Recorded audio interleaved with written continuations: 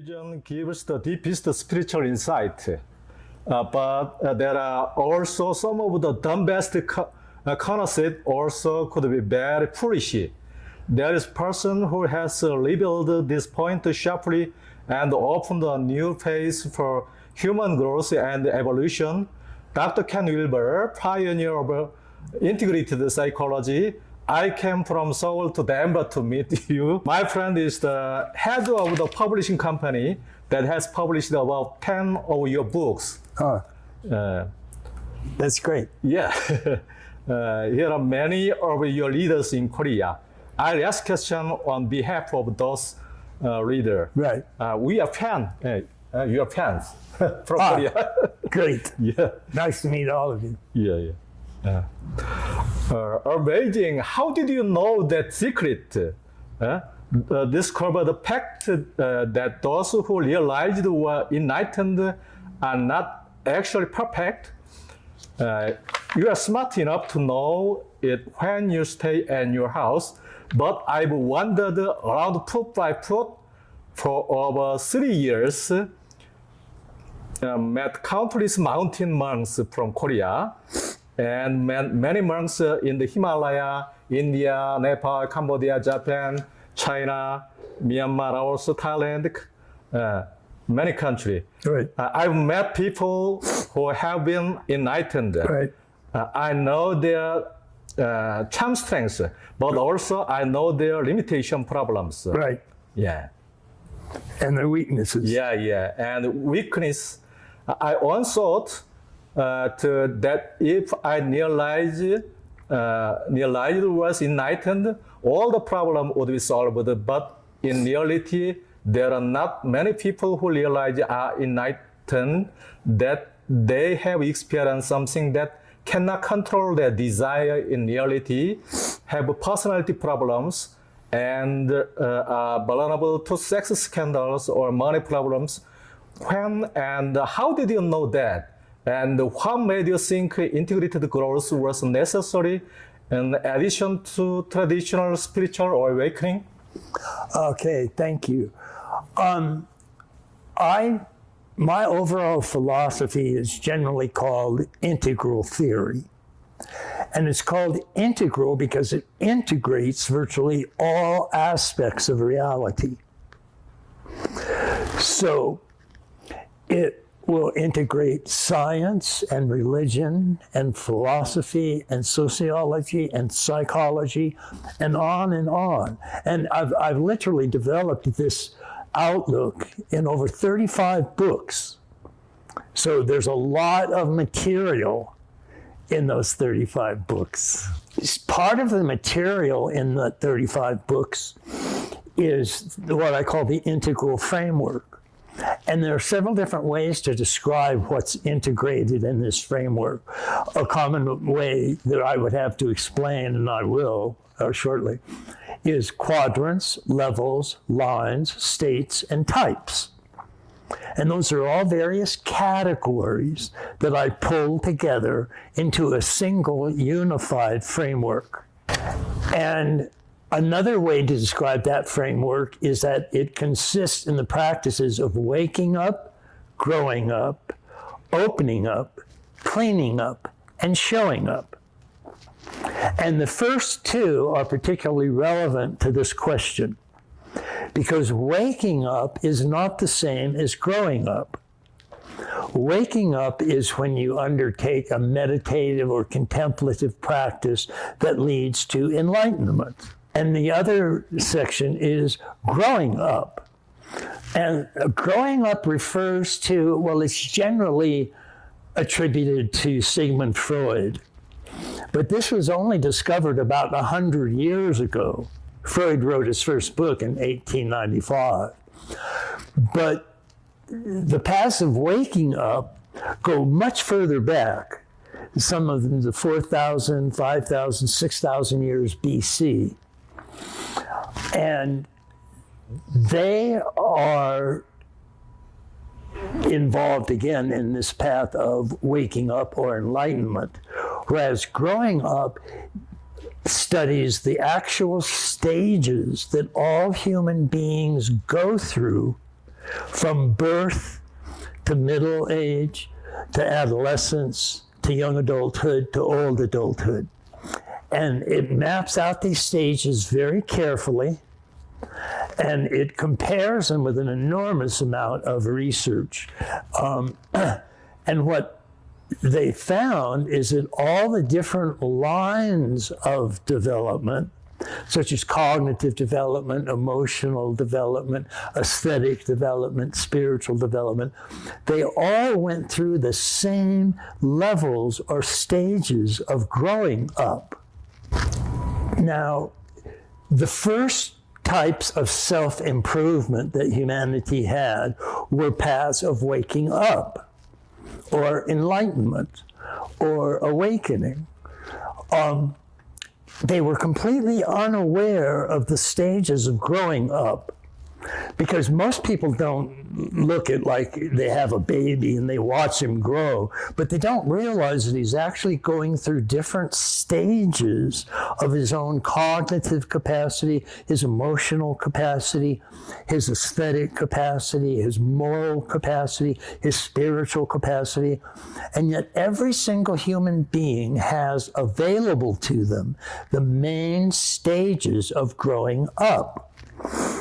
And so when this became fairly well known, again around 100 years ago with Sigmund Freud, it really threw the paths of waking up into a certain turmoil, because this was all brand new to them. They had never heard of stages of growing up before. These stages of growing up have been studied now by dozens, even hundreds of different researchers. And they each give these different stages of growing up, they tend to give it their own name. So Piaget in cognitive development, for example, named them natural intelligence, then pre-operational intelligence, which is the intelligence of a young child in its magic and mythic stages. And then they move from pre-operational thinking into concrete operational thinking, which tends to be mythic in structure and deals with concretely operating on the world, hence it's called concrete operational thinking. And then from concrete operational thinking, we develop formal operational thinking, which is not thought operating on the world, but thought operating on thought. Jean Gebser was another very famous investigator of these stages of growing up. And he gave them the names, the archaic stage, the magic stage, the mythic stage, the rational stage, the pluralistic stage, and the integral stage. And those are all very different types of thought operating on thought. They're very different types of thinking itself. And the problem is something can go wrong at any stage. So the common defense mechanism that Freud discovered is repression. So at any stage of development, if you don't like what's going on, you can repress it. You can push it out of your mind. You can push it into what Freud called the unconscious. And when it's there, number one, you forget about it. You lose track of it. You don't remember that you have this magical component to yourself, or this mythic component, or this rational component. It's all shoved underground. It's all shoved into the basement. And even if you're practicing a waking up meditation, that's not going to help you dig into your unconscious and dig those hidden parts out. Waking up simply won't do that. Waking up meditation is a form of witnessing practice where whatever arises in your mind, you allow it to arise and you witness it. So if you have a thought, I'm hungry, then you're just aware of I'm hungry. And if you are frightened, you're just aware of, oh, I have fear. And you just simply bring anything that crosses your experience into your awareness. Now, if you continue doing that, the ultimate result is known as enlightenment or awakening. And it's called those terms, it's called like awakening, because it really feels like you're waking up from a long sleep to a very real and new reality. And this enlightened reality is one with the everything. You become one with the entire universe. And most religions, particularly the early forms of religion, called that enlightenment or awakening or God. But it was a very profound experiential unification of everything in your world. The problem with the stages of growing up is that if you get something that goes wrong at a particular stage, the archaic stage, the magic stage, the mythic stage, the rational stage, the pluralistic stage, or even the integral stage, it becomes seals off from your awareness. It's actually unconscious. It's repressed. It's pushed out of your awareness. So no matter how good or enlightened your awareness becomes, and you've got a growing up problem hidden in the basement, enlightened awareness won't fix that. It can't get to that. You have to undertake specific training and practices and go to psychotherapy or psychoanalysis or something like that to get at this repressed, hidden material. Even if you have a profound enlightenment awakening or experience, you can still, the part of you that you're aware of will feel like it's one with everything. And you will definitely feel that. And it's a real unity. You really are one with the entire universe. But that doesn't make you perfect if you've got growing up hidden problems, because your awareness can't reach them. That's the definition of the unconscious, is you split it off from your awareness. So your awareness has no way to get to it.